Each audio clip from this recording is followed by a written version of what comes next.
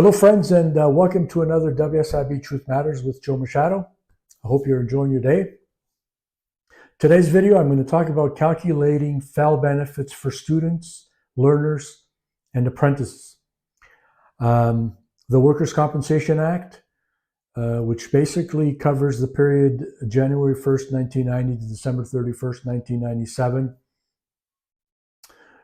sets out how the WSIB calculates benefits for these three groups. And this is covered under Policy 180410. And basically the policy states, as you can see, the average earnings used to calculate future economic loss benefits for students, learners, and apprentices are different than for most workers. For students and learners, the earnings may be based on what could be earned upon completion of their education or training. For apprentices, the earnings are based on a journeyman's wages. So I'm going to go into detail as to how these benefits actually get calculated. So generally for the average worker, if you're injured at work between January 1st, between April 1st, 1985 and December 31st, 1997, the WSIB pays benefits based on 90% of your net average earnings. So your take-home pay, the WSIB would calculate 90% of that, and that's how much you would earn. So let's say you take $1,000 net per week from your job. The WSIB would pay 90% of that, which is $900. However, for students, these are young individuals who may have a part-time job in the summer, or they may be university or college and have a part-time job while they're studying. There's a different process to calculate those benefits in order to be fair for the students. And so the policy pretty much states, for students, if the impairment of a student worker is likely to be permanent, the student's average earnings for the purpose of determining future economic loss benefit are based on the full-time regular earnings of the job the student would eventually have had if the injury did not occur. If the student worker's career and educational plans are relatively clear at the time of the injury or disease, the WSIB calculates the pre-injury average earnings based on an estimation of what the worker's earnings would be at the start of the career. For example, if a worker was engaged in formal training for a particular trade, the earnings are what the worker would earn as a full-time regular worker in that trade. So if you're, for example, in university and your career path is to become a psychologist, then the earnings would be based, or the starting full-time regular earnings for a psychologist. If you're in college and you're starting to, or your course is to become a computer IT person, then the earnings would be based upon the full-time regular earnings for a worker in that trade. If, because the worker's relative youth, no career goal has been established, the WSIB calculates the worker's average earnings using the average industrial wage for Ontario for the year in which the injury occurred.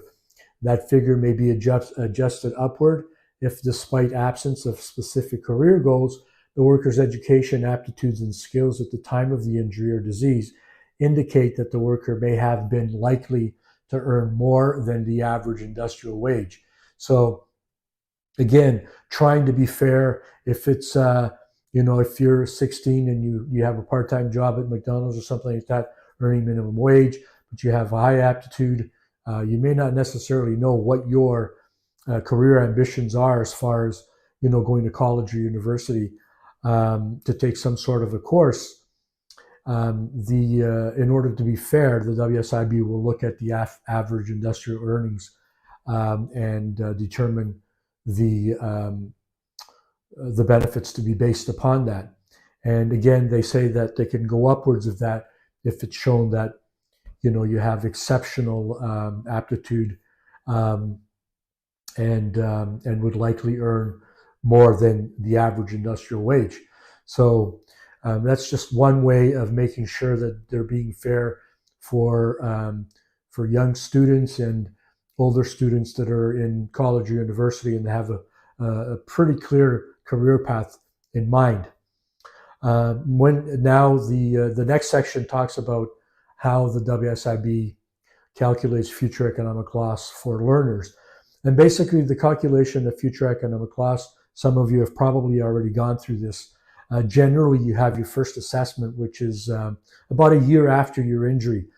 During that time, there's probably some medical treatment that's taking place, determination as to whether or not you're able to go back to your previous job, or whether or not there's going to be a permanent impairment as a result of the injury. In order for there to be a FEL, there must be a permanent impairment, even if it's zero after an assessment. So the FEL benefit is then calculated in that first determination. That goes for 2 years. And then after 2 years, there's the first review, which is called the R1. And then after that review, which is 3 years on, is the R2 review, and that's the final review. So there's about a 5-year period where those benefits can be properly adjusted or calculated to make sure that they reflect the true potential as a student.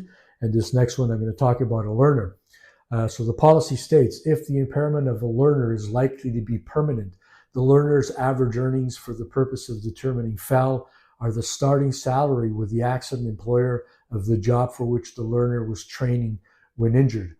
If the accident employer no longer has this job, the WSIB uses a starting salary of this job with other employers in the same locality.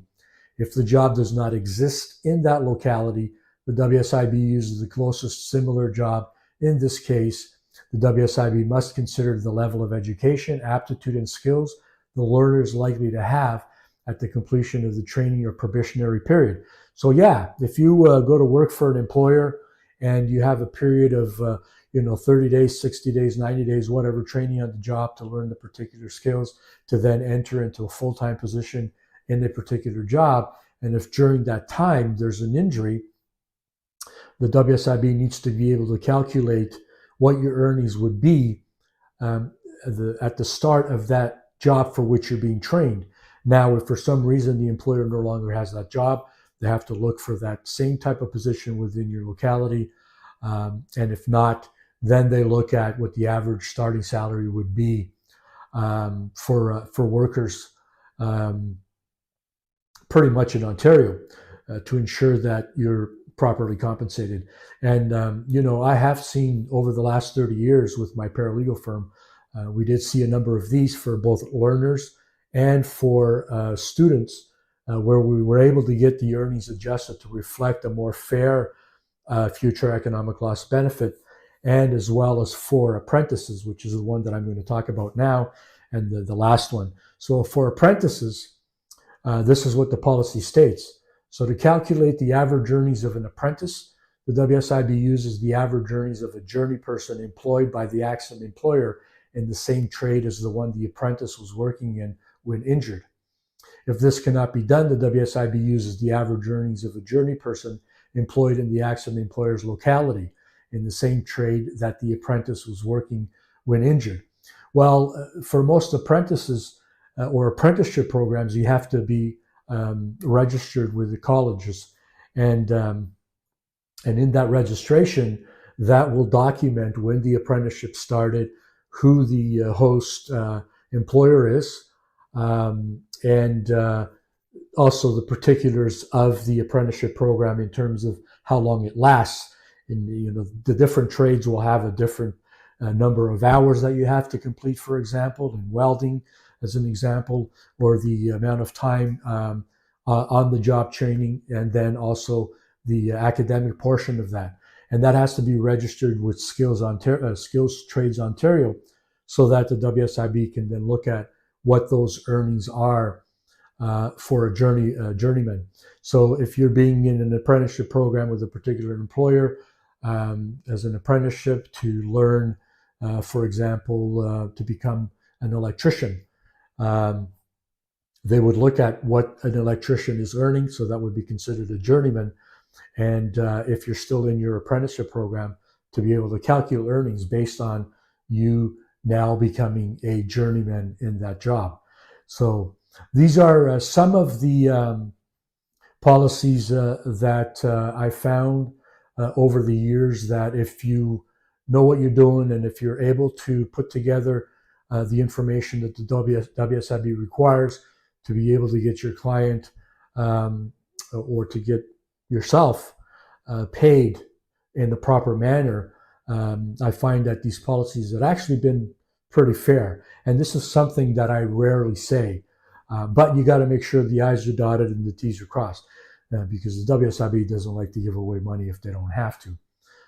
But it is a section of the Act, and there are policies, and they're pretty clear in terms of what the WSIB is empowered to do in order to make sure that students, learners, and apprentices are compensated properly with their future economic loss awards if they suffer a permanent impairment or illness, permanent impairment from injury or illness as a result of their job.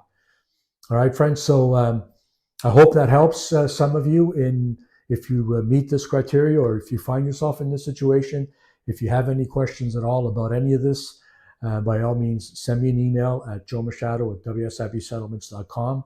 I'll put the link here on the screen, and give me your particulars, and I'll get back to you with the information that you require. The next video coming up, my friends, is I'm going to touch on surveillance, and is the WSIB watching you? That's a question that always comes up, and certainly there can be some conspiracy theories out there that I don't particularly buy into, but the WSIB does do surveillance whenever they believe it's required. And so I want to be able to address this and provide you with information with respect to this important area of the WSIB. All right, so friends, thank you for my subscribers for sharing my videos. You're really helping me to build the channel and grow the number of subscribers. I appreciate that very much, and I hope that you can continue to share my videos. If you're new to the channel, I invite you to become a subscriber. It's free. All of the information that I provide on this channel is free. I'm at over 100 videos now in a little over 6 months, and I've got over 30 years of more knowledge and experiences to be able to share with injured workers. My goal is to touch every injured worker and to reach every injured worker in the province, let them know that there's help, give them information about their rights, both with pre-1990 claims, Bill 162, Bill 99 claims. And I talk about a wide range of important compensable related matters that can affect your benefits. I also have a company. It's called WSIBsettlements.com, and I've created a bunch of tools that our members are able to use to help them manage the WSIB claims, and we provide a lot of support for our members to succeed in their claims. So if you want to take a moment and go on to WSIBsettlements.com, I'll put the link here on the screen. Maybe there's something there that can help you with your claim. If not now, maybe in the future, or maybe you can share it with somebody who's going through a WSIB claim and will likely need or benefit from some of that information. All right, friends. So once again, thank you for taking the time to watch this video. And as always, take care.